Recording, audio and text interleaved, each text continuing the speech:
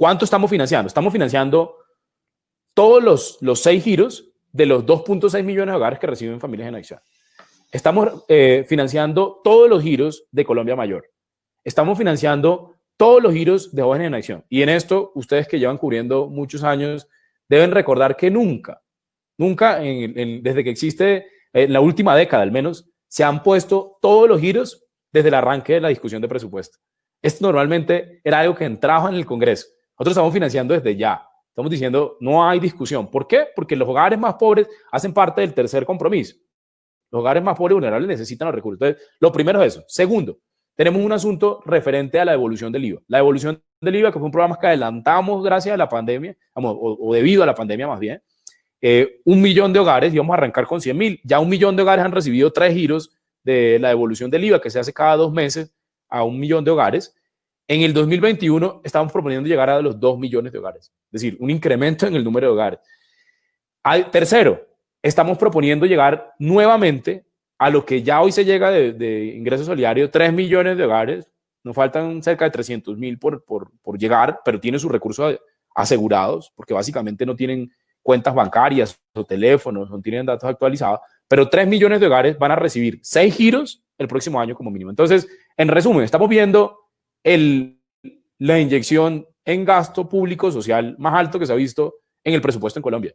No solo porque estamos financiando cosas que normalmente se dejaban para el final, como en el caso de Familias en Acción, sino que adicionalmente a eso estamos incrementando el número de beneficiarios de devolución del IVA y estamos manteniendo ingresos solidarios. Eso nos permite tener, yo creo que una renta de emergencia para los colombianos que están sufriendo los efectos económicos de la pandemia. Y reitero, y en esto quiero ser muy claro, no es algo que lo pretendemos hacer, lo queremos hacer, lo anhelamos hacer, vamos a pasar un proyecto de ley para hacerlo. No, ya hoy lo hacemos.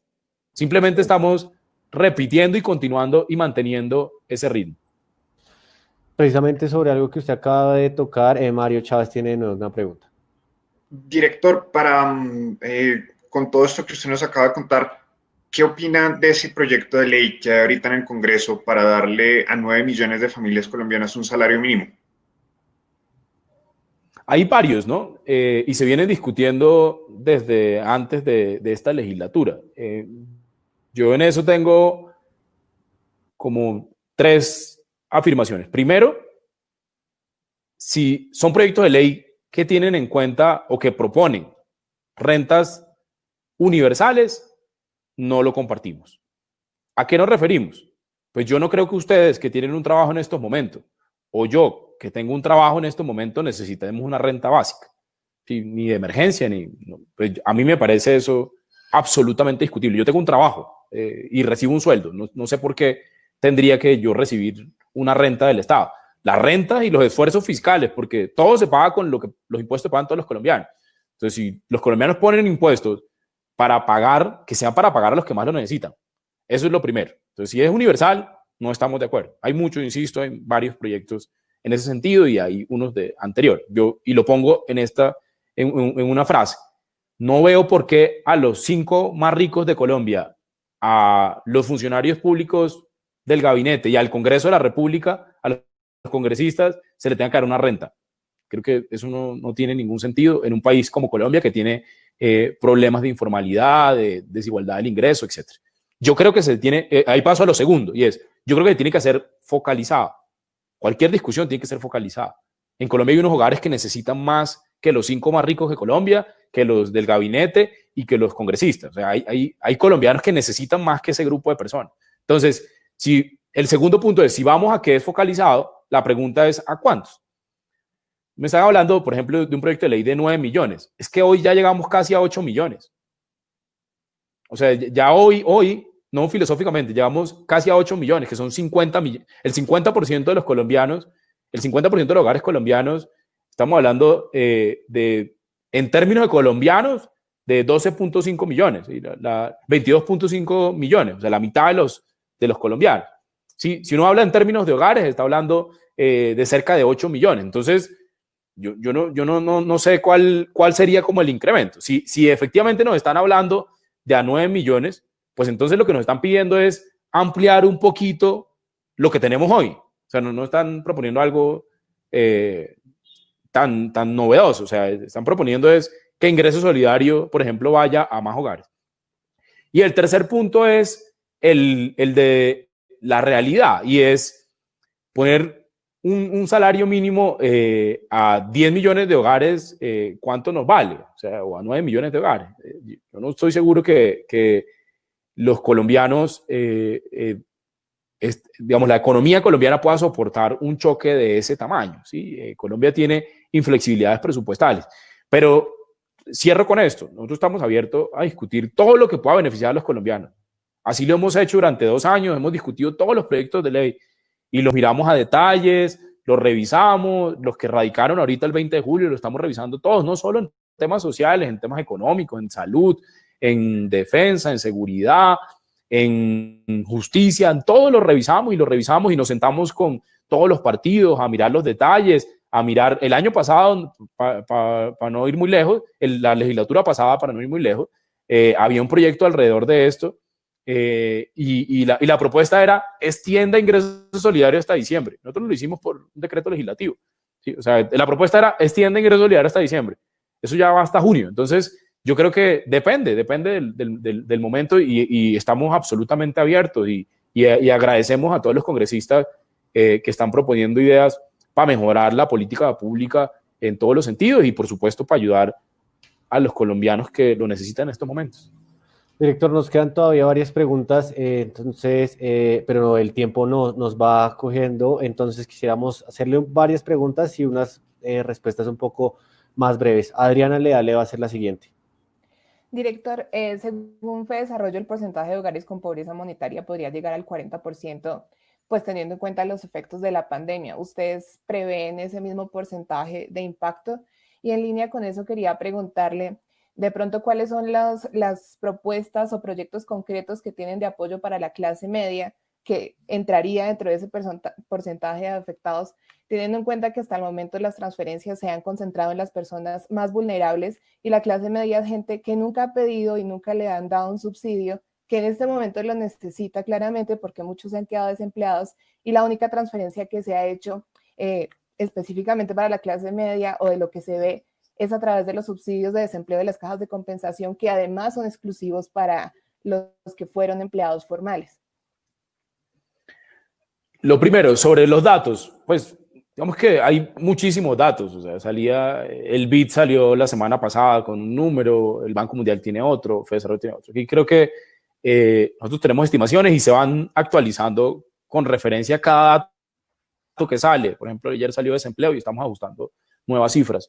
Lo que es innegable es que si hay un impacto en la tasa de desempleo y por lo tanto en la tasa de pobreza monetaria. ¿Por qué? Pues que ya lo vivimos en el 1999 y es la razón por la que creamos ingresos solidarios. Así lo decíamos nosotros en la justificación del decreto ley de emergencia que creó ingresos solidarios. Si uno revisa los datos de la encuesta de calidad de vida o los ingresos y gastos de inmediatamente después de 1999, la última crisis relativamente similar que tuvimos, uno ve que la mitad de los hogares en Colombia en ese momento disminuyeron el consumo de alimentación. Entonces, hay que evitar eso, más allá de la tasa de pobreza, que seguramente tendrá un deterioro por la pandemia. Así será en el mundo, así será en Colombia y en los países emergentes. Y más allá del tamaño, lo que sí debemos hacer es no escatimar esfuerzo, y por eso hemos hecho lo que hemos hecho y que se lo acabo de contar en el gasto social. Segundo, lo que tiene que ver con la clase media. Fíjense que yo les acabo de decir, el 50% de los hogares en Colombia reciben al menos una transferencia de algún tipo. Ahí yo creo que ya hay clase media, porque en Colombia la tasa de pobreza antes de la pandemia estaba en 27, antes de la pandemia. En cualquier número que estemos en estos momentos, tú me acabas de decir que FEDesarrollo calcula 40 al final del año, ¿sí? O sea, quiere decir que hay una población entre el 40 y el 50 que hace parte de, efectivamente, no pobres, o sea, o son vulnerables o son clase media, etcétera. De hecho, para hablar en términos estrictos, el concepto de clase media desde el punto de vista técnico no es usado. Uno habla, normalmente las mediciones son pobres, pobres extremos, vulnerables y altos ingresos, ¿sí?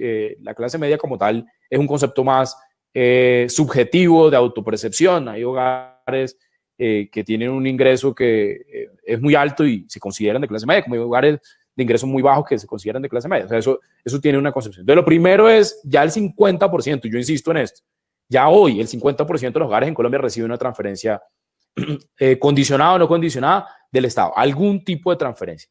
Segundo, tenemos otro tipo de programas. Por ejemplo, tú mencionas lo de las cajas de compensación, pero no solo tenemos eso. Más de 1 millón de empleados han podido conservar su empleo porque reciben el programa de apoyo al empleo PAEF. Cerca de 1 millón de empleados reciben esa transferencia vía el salario que no han perdido porque no los han, digamos, destituido, desempleados de su labor, porque las empresas en las que laboran están recibiendo eso. Entonces, eso no hacen parte del 50% que hablaba. Entonces, eso es otro segmento clase media.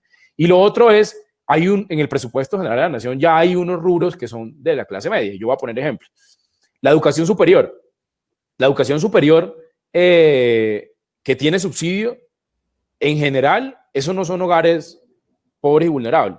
Personalmente, yo estudié en la Universidad Nacional de Colombia Economía, yo me gradué de universidad pública y la razón por la que me gradué de la universidad pública era precisamente mi familia no estaba dentro de los más vulnerables de todo, pero tampoco era de altos ingresos. De hecho, yo no habría podido estudiar si en ese momento de mi vida, no existiera la universidad pública. A mí me hubiera tocado aplazar 1 año o año y medio mientras mi familia se podía financiar de manera privada. Pero la razón por la que uno puede estudiar en la Universidad Nacional y uno puede ver gran parte de y en la Universidad de Antioquia, en la Universidad del Valle, la educación superior en general es un subsidio a clase media. La clase media, lo que pues se autodomina la gente de clase media, población vulnerable, o sea, no son las primeras bases del CISBEN, no son las primeras capas del CISBEN 3 ni el CISBEN 4, es decir, no son en su mayoría lo que se llama dentro de la estratificación, por ejemplo, estrato 1, no, están más concentrados en 2, 3 y 4. Entonces, ahí yo creo que eso se subestima. Les pongo otro ejemplo de subsidio a clase media que ya está financiado en el presupuesto del 2021, los subsidios de energía, agua y gas, lo que conoce como los servicios públicos. Los subsidios de los servicios públicos llegan, por ejemplo, energía a cerca del 80% de la población. 80% de la población. Estrato 1, 2 y 3. Estrato 1 tiene subsidio del 60%, estrato 2 tiene subsidio del 50% y estrato 3 tiene subsidio del 15%. Esos subsidios ya están financiados en el presupuesto general de la nación y es un alivio directo, insisto, al 80% de la población. En el 80% de la población creo que estamos de acuerdo que definitivamente ahí sí cabe casi que toda la población colombiana y el 20% que queda en realidad el estrato 5 o 6 son hogares que pues no hacen parte estricto de ninguna categoría de vulnerabilidad. Director, concretamente usted nos dice que van tomando decisiones con base en los datos y uno de los datos es que al término de agosto se acaba el programa de ayuda al empleo formal y pues aparte de esto el presidente el 20 de julio pues anunció ingreso solidario hasta el 21. Puntualmente, si de acá los datos en tema del mercado laboral continúa así y las estadísticas del gobierno ven que todavía más empresas necesitan ayuda, se puede ampliar el PAEF más meses y con base en esto también ingreso solidario podría ir hasta finales de 2021. Todos los temas están abiertos a discusión si son temas científicos y con base a datos. Esa es la instrucción del presidente con su equipo. No tomamos decisiones con base a presentimientos o a chismes o a opiniones infundadas. No, si hay datos, así ha sido, así lo hemos hecho en los 3 frentes. Lo hemos hecho en temas de salud. Cada una de las propuestas de salud que hemos hecho y de las decisiones que se han tomado en temas de salud, yo como colombiano, no como director de planeación, me siento muy orgulloso del Instituto Nacional de Salud, del ministro de Salud, de su equipo de trabajo. Creo que todo el tiempo sus decisiones en temas como el aislamiento, en temas como las vacunas, en temas como las pruebas, todas las basan en evidencia científica y en datos. Segundo, en los temas sociales también hemos ido tomando decisiones a medida que aparecen los datos y en temas económicos lo haremos. Entonces, para responderle puntualmente, hay posibilidades que tomemos más decisiones, sin duda hay espacio y lo iremos revisando a medida como van evolucionando los datos, pero también cómo va evolucionando la caja de recursos del Estado. Hoy, por ejemplo, mire, hay datos alrededor de los ingresos tributarios, que nosotros hicimos estimaciones para junio que eran más pesimistas que las que pensábamos, y junio, por ejemplo, no nos fue tan mal en ingresos tributarios. Entonces, a medida que vamos teniendo más información, porque estamos en una pandemia nunca antes vista, No hay nadie, pues hay gente que dice que sabe todo lo que va a pasar mañana y cómo va a terminar el año, y hay gente que lo dice y hace parte pues del trabajo y de la disciplina científica, pues hacer pronósticos, pero nosotros hemos sido en eso muy estrictos, muy estrictos en ir mirando los datos a medida que van evolucionando. Pero hay espacio, o sea, están los recursos de tener la necesidad de aumentarlo. Está la disposición abierta a revisarlo, que existan los recursos, pues sería irresponsable decirlo. ¿Por qué? Pues usted acaba de decir, mire el tamaño del endeudamiento que tiene ya el Estado colombiano, solo para ponerlo en perspectiva, y en este número creo que lo dice. Mire, Colombia le cayó el precio del petróleo 2 años, entre el 2013 y el 2014, y aumentó la deuda 15%. 15%. Estábamos en 35% de endeudamiento y subió a 48%. Así recibimos el endeudamiento cuando nosotros llamamos al gobierno en 2018. A 48%. Cuando la deuda pública en Colombia estuvo cerca del 35%. O sea, 15% con una caída del precio del petróleo. Aquí estamos teniendo por primera vez un choque de oferta y de demanda. Nunca antes visto. Por primera vez estamos teniendo una pandemia en un momento que tenemos mercados internacionales. Por primera vez estamos viendo una tasa de desempleo por encima del 20%. Por primera vez estamos viendo que el mercado internacional no se disminuyó como en la caída de los precios del petróleo, no, se paró, no hay mercado internacional. O sea, ningún país compra y vende cosas ahorita. O sea, está parado por razones de salud. Por primera vez en la historia del mundo estamos viendo a la gente, que la gente enferma más de la capacidad de salud que tenemos. Por primera vez en Colombia estamos viendo eso. Es decir, estamos teniendo un choque de proporciones no imaginadas. Y ahí viene cuánto ha subido la deuda hasta el momento. Pues del 48, 50 que teníamos antes de la pandemia al 65. Es decir, con los mismos recursos que en el choque de los precios del petróleo, que solo cambiaron los precios del petróleo. Y también nos cayeron los precios del petróleo, ¿no? Porque los precios del petróleo también cayeron porque disminuyó la demanda y la oferta. Entonces, nosotros tuvimos como 20 choques y nos está subiendo a 15% la deuda. Hace 3, 4 años hubo un solo choque, no 20, y subió el mismo 15% de la deuda. Entonces, nosotros hemos sido muy responsables dentro del manejo fiscal, pero para responderle hay recursos, pues imagínense, si con un choque se gastaron 15% y ahora con 20 choques, ¿cuánto tenemos? Pero lo cierto es que estamos ya en un punto en el que es posible que sea cada vez más difícil endeudarse. Eso es como en la economía de la casa, ¿sí? Usted tiene un sueldo y a usted le prestan con la tarjeta de crédito, saca un leasing para comprar un apartamento a 25 años, etcétera, etcétera, pero llega un momento donde le dicen, ya no le puedo prestar más porque su sueldo no le alcanza para pagar pues, todos los créditos. Pues efectivamente, eso puede pasar también en el caso colombiano, pero nosotros, reitero, estamos absolutamente abiertos. No vamos a escatimar ningún esfuerzo. Todo lo que tengamos que hacer para proteger a los hogares más vulnerables y más pobres lo vamos a hacer. Director, para volver al tema del compromiso por el futuro y este plan de 100 billones, ya mucho se ha hablado, el presidente también habló y se presentaron en estas semanas estos proyectos de ley. Usted nos habló al principio también. Quisiéramos entonces puntualmente que nos cuente alguna novedad respecto a ese plan a futuro, ya no en el 2021-2022, sino cuáles son esas metas y que son tan ambiciosas que se van a concentrar los esfuerzos, pero que no se han contado. Algo que usted nos pueda decir de ese plan. Hay algo que no se ha dicho y es esto. No se ha dicho mucho que, por ejemplo, tenemos un COMPES, creo que eso no se ha dicho, tenemos un COMPES que va a condensar todo este compromiso por Colombia, que va a tener los 4 compromisos. En ese COMPES, por ejemplo, se le van a asignar las vigencias futuras a cada uno de los proyectos, porque más allá de los recursos fiscales hay trámites que hay que hacer. Por ejemplo, para uno ponerle vigencia futura que excedan lo que se llaman vigencias futuras extraordinarias al periodo de gobierno, uno tiene que hacerle un COMPES a cada proyecto. En esta ocasión, en el mismo COMPES del compromiso por Colombia, que tenían los 4 compromisos, vamos a incluir todos los proyectos que vamos a financiar hacia el futuro y le vamos a poner de una vez las vigencias futuras. Una segunda cosa que creo que se ha contado muy poco dentro del compromiso número 1 por el empleo. Ahí el Ministerio de Hacienda va a radicar un proyecto de ley sobre el mercado de capitales, una reforma del mercado de capitales que básicamente retoma lo que la misión de mercado de capitales que dirigía Roberto Rigobón en el 2019, entre el 2018 y el 2019 se instaló esa misión.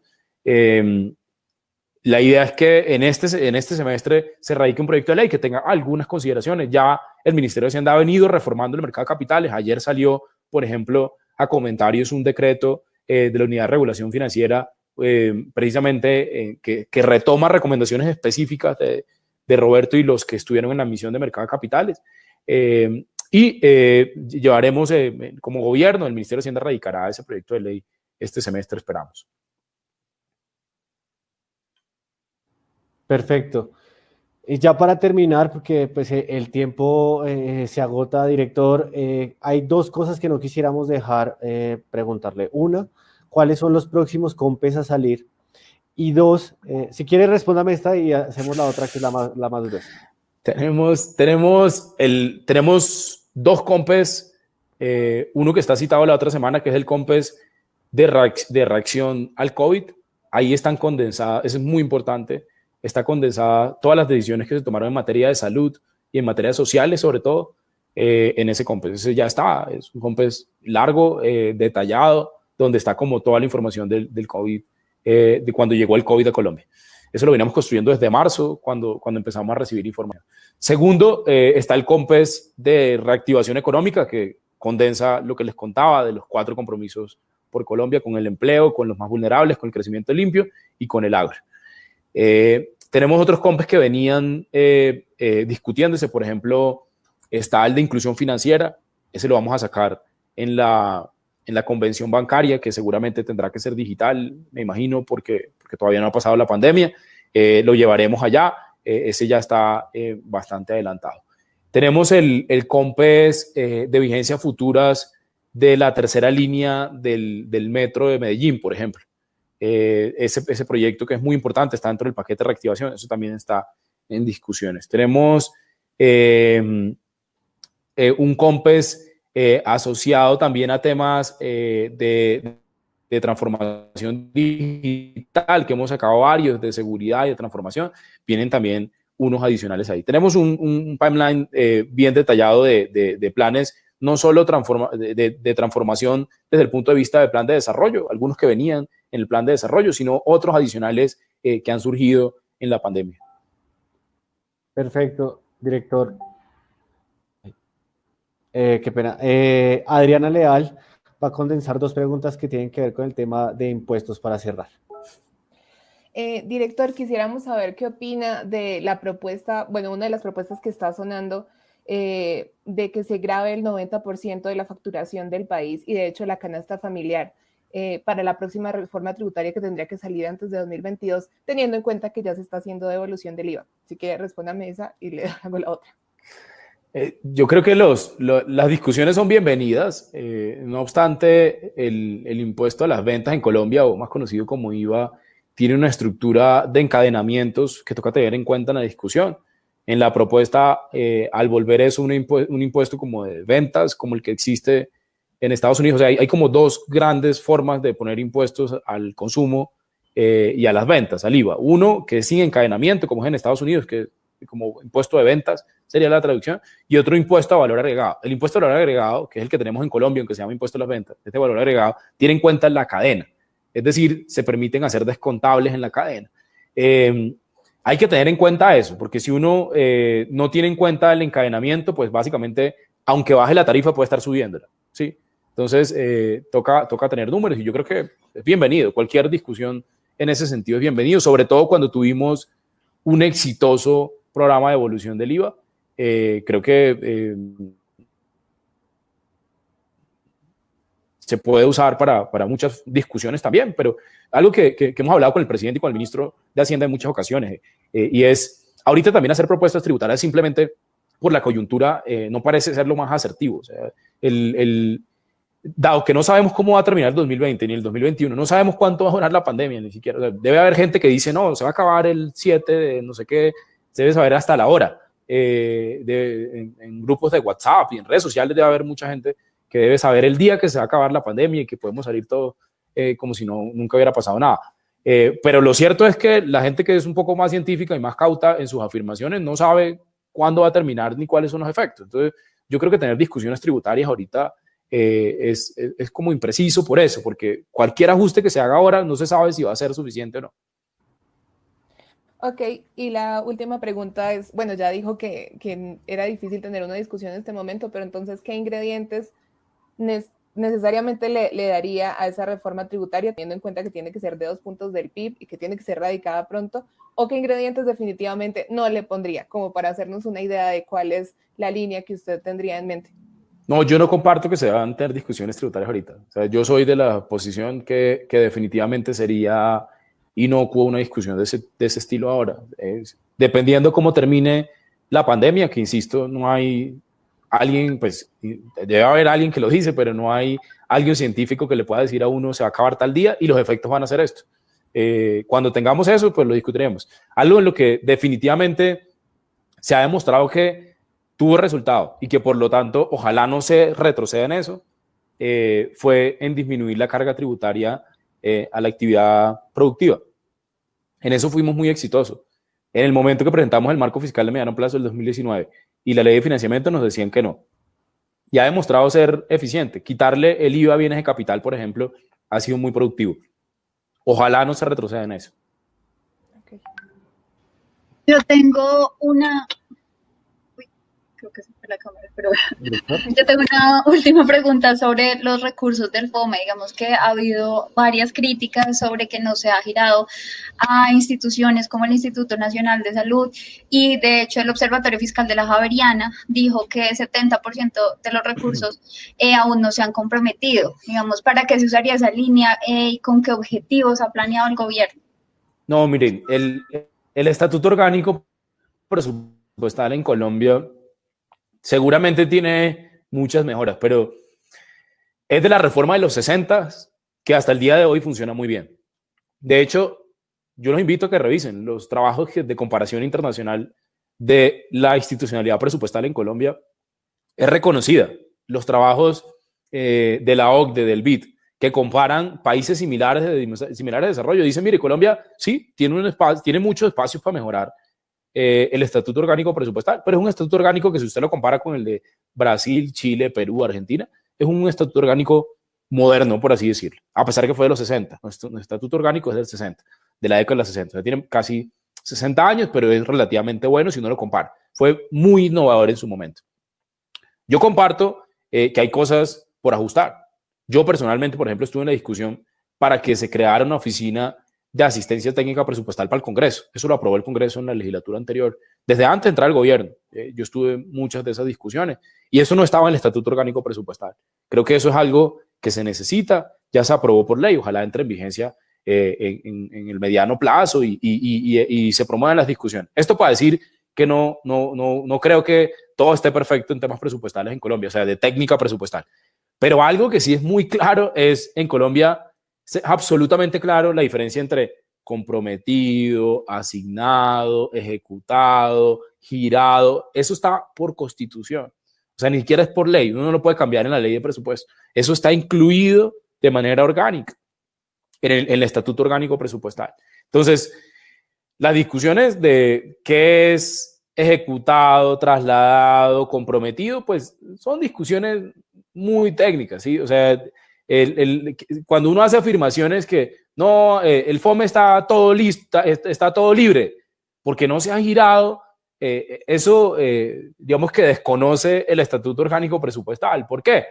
Porque en realidad, si hay algo que todavía no se ha girado, pero ya tiene un contrato, por constitución en Colombia ya está comprometido. ¿Sí? Así no se ha girado. Le voy a poner un ejemplo.